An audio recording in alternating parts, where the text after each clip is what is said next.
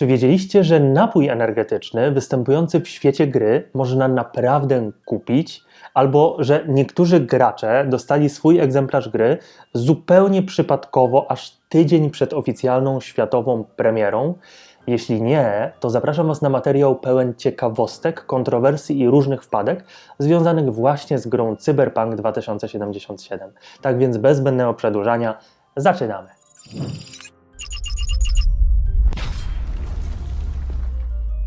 Ostatnio na naszej grupie facebookowej poprosiłem Was o feedback dotyczący mojej ostatniej działalności, no i pojawiło się bardzo dużo merytorycznych komentarzy, za co chciałem Wam bardzo podziękować, bo wszystko to sobie przemyślałem, ułożyłem w głowie i chciałem Was tylko poinformować, że szykują się bardzo duże zmiany. Mam nadzieję, że na lepsze, więc trzymajcie kciuki. Tymczasem przejdźmy do odcinka.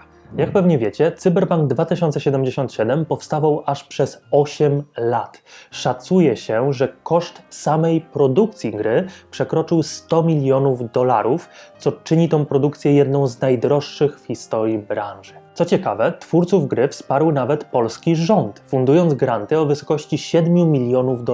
Ale Cyberpunk to nie tylko jedna z najdroższych gier, ale również jedna z najbardziej wyczekiwanych gier w historii całej branży. No tylko, że teraz pytanie, czy to całe wyczekiwanie, ten cały przeogromny hype to wynik wyłącznie tego, że gra zapowiada się naprawdę świetnie, czy może jednak wpływ na to miały również zupełnie inne rzeczy? Mam tutaj na myśli chociażby wielokrotnie przekładaną premierę, no bo jak pewnie wiecie, pierwotnie Cyberpunk miał zadebiutować już w kwietniu.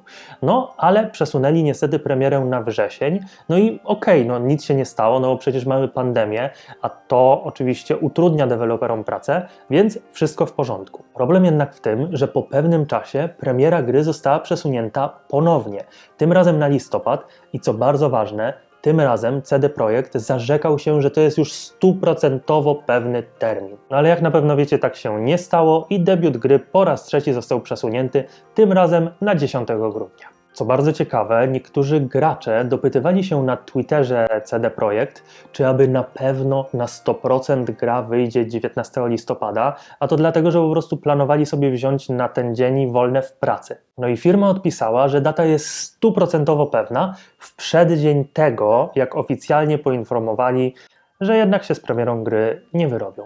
Tak więc nic dziwnego, że zaufanie wielu graczy zostało podważone. No a dlaczego w ogóle było potrzebne aż tyle przesunięć premiery?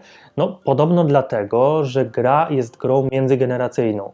Podobno twórcy musieli ją zoptymalizować aż pod 9 różnych platform, no bo zarówno na konsole starej generacji, jak i na te nadchodzące konsole nowej generacji. Tak więc, aby wszystko działało idealnie płynnie, niezależnie od tego, na czym będziemy grali, konieczne było dopracowanie szczegółów i dopracowanie optymalizacji. No ale na szczęście w końcu się to udało i gra właśnie debiutuje na sklepowych półkach, ale właściwie to debiutuje oficjalnie, bo niektórzy gracze dostali już ją ponad tydzień temu.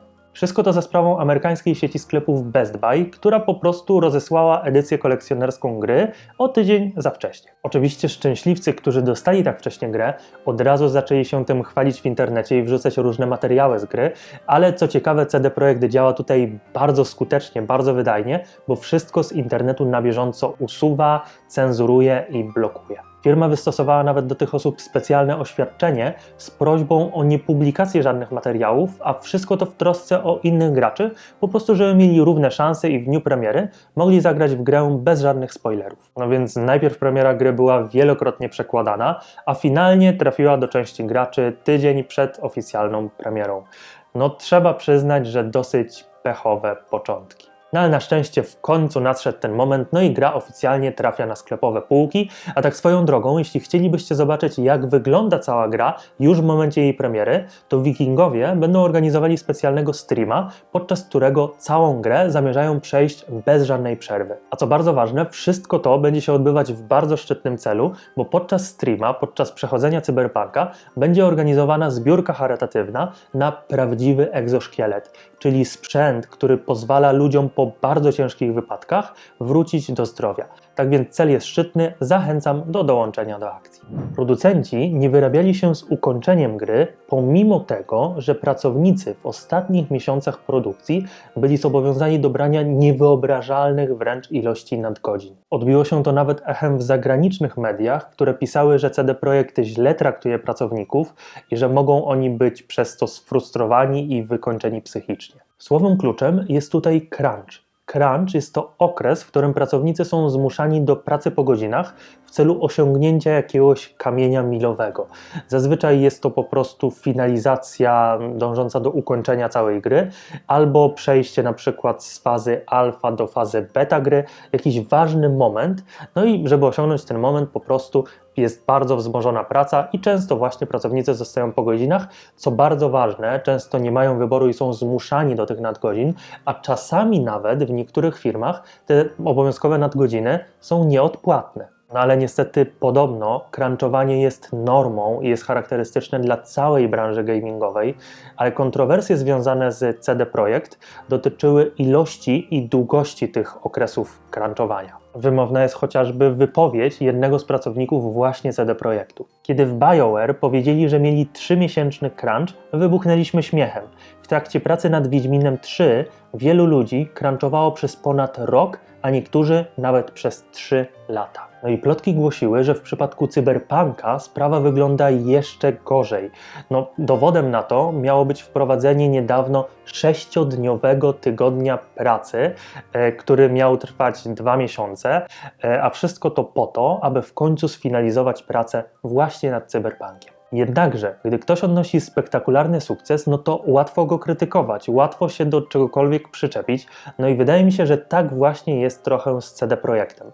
No bo znalazły się na szczęście osoby, które postanowiły przyjrzeć się sprawie nieco dogłębniej, nieco dokładniej. Na przykład youtuberka prowadząca kanał o nazwie Mad Queen Show postanowiła bezpośrednio wysłać zapytanie do 43 pracowników CD Projektu. Z jej materiału wynika, że praca rzeczywiście jest bardzo ciężka i często jest to właśnie praca po godzinach, ale satysfakcja z ukończenia projektu jest podobno tak ogromna, tak niewyobrażalna, nieporównywalna z czymkolwiek innym, że i tak pracownicy są z tego wszystkiego zadowoleni i mimo ogromu pracy i wysiłku po prostu traktują to jako pasję. Jednak nadal 47% zapytanych pracowników stwierdziło, że firma rzeczywiście zbyt mocno poszła w stronę nacisku, w stronę presji i w stronę crunchowania. Frustracja wielu pracowników ma podobno wynikać z kierownictwa, które podobno dowodzi ludźmi, którzy są w większości znacznie bardziej doświadczeni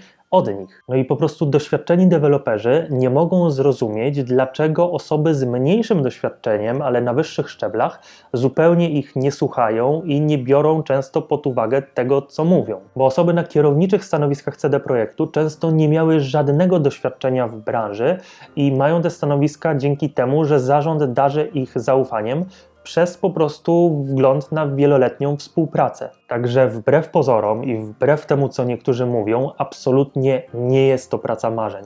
Ale z drugiej strony nie możemy iść w skrajność, bo niektóre rzeczy, takie jak crunchowanie, jest po prostu branżowym standardem. Tak więc nie możemy za to winić naszego rodzimego CD Projektu. No a teraz mam dla Was jeszcze 2 szybkie ciekawostki. Po pierwsze, często jest tak, że w niektórych grach w danym wirtualnym świecie mamy różne nawiązania do prawdziwego świata, do prawdziwej popkultury, na przykład w postaci różnych postaci lub plakatów. No a w przypadku Cyberpunka działa to również w drugim kierunku. Niektóre rzeczy wykreowane na potrzeby wirtualnego świata przedstawionego, znajdujące się w grze, będzie można kupić w prawdziwym świecie. Dobrym przykładem jest tutaj chociażby napój energetyczny występujący w świecie Cyberpunka o nazwie Samurajska Cola. No i okazuje się, że CD Projekt nawiązało współpracę z producentem napojów energetycznych, a mianowicie z Rockstarem. No i Rockstar rzeczywiście wypuści tą wersję swojego energetyka, niestety jedynie na rynek amerykański. No więc w Polsce samurajskiej coli znanej z Cyberpunka niestety nie kupimy. Druga ciekawostka dotyczy polskiej wersji językowej, bo okazuje się, że mimo, że gra jest robiona na rynek globalny, to mimo to Polacy będą mieli najlepiej i dostaną jakby najwierniejsze, najbardziej oryginalne doświadczenie, a to dlatego, że scenariusz gry nie był tworzony w języku angielskim, a w naszym rodzimym języku polskim. Dopiero w dalszej kolejności został on przetłumaczony na język angielski, no a z języka angielskiego na wszystkie inne wersje językowe, chociaż ciekawostka jest taka, że niektóre wersje językowe, na przykład wersja rosyjska, były tłumaczone zarówno z języka ze scenariusza w wersji polskiej, jak i w wersji angielskiej. Warto również wspomnieć o kwestiach związanych z dubbingiem, no bo niestety często zarówno w grach, jak i w filmach jest tak, że ruch ust postaci nie do końca pasuje do wypowiadanych kwestii. W przypadku Cyberpunka natomiast CD Projekt Red opracował zupełnie nową, wydaje mi się, że dosyć rewolucyjną technologię, opartą na sieciach neuronowych, na sztucznej inteligencji, no i polega to na tym, że w czasie rzeczywistym algorytmy dopasowują ruch ust, dopasowują mimikę mięśni twarzy do wypowiadanych kwestii. Tak więc niezależnie od języka, wszyscy gracze na całym świecie dostaną idealną synchronizację i naprawdę najlepsze to, co mogli dostać, a nie jakieś zdesynchronizowane, niepasujące ruchy ust do wypowiadanych kwestii. Także naprawdę super. A na koniec warto wspomnieć, że ostatnio nagrałem odcinek pod tytułem Google vs. Śmierć, który poruszał właśnie tematy pokrewne cyberpunkowi. Właśnie temat nieśmiertelności, temat ulepszania swojego ciała, swojego organizmu różnymi wszczepami, różnymi technologiami. No bo o dziwo, okazuje się, że rzeczywistość przedstawiona w grze Cyberpunk wcale nie jest tak surrealistyczna, wcale nie jest tak odległa od naszej rzeczywistości. Więc jeśli jesteście ciekawi, co już dzisiaj umożliwia nam nauka i nowe technologie, koniecznie obejrzyjcie właśnie ten odcinek. No a co do Cyberpunka, to gra stała się przeogromnym, globalnym hitem jeszcze zanim weszła do sprzedaży. Tylko teraz pytanie, czy aby na pewno te przepotężne oczekiwania zostaną zaspokojone? Jeśli chcielibyście to zweryfikować już w momencie premiery gry, to zapraszam Was na streama organizowanego przez Wikingów i do wzięcia udziału w charytatywnej zbiórce. No a tymczasem zachęcam do subskrybowania kanału, bo już za tydzień będzie cała prawda o TVP. Scenariusz do tego odcinka ma aż 25 stron, więc będzie się działo. No i cóż, do zobaczenia wkrótce.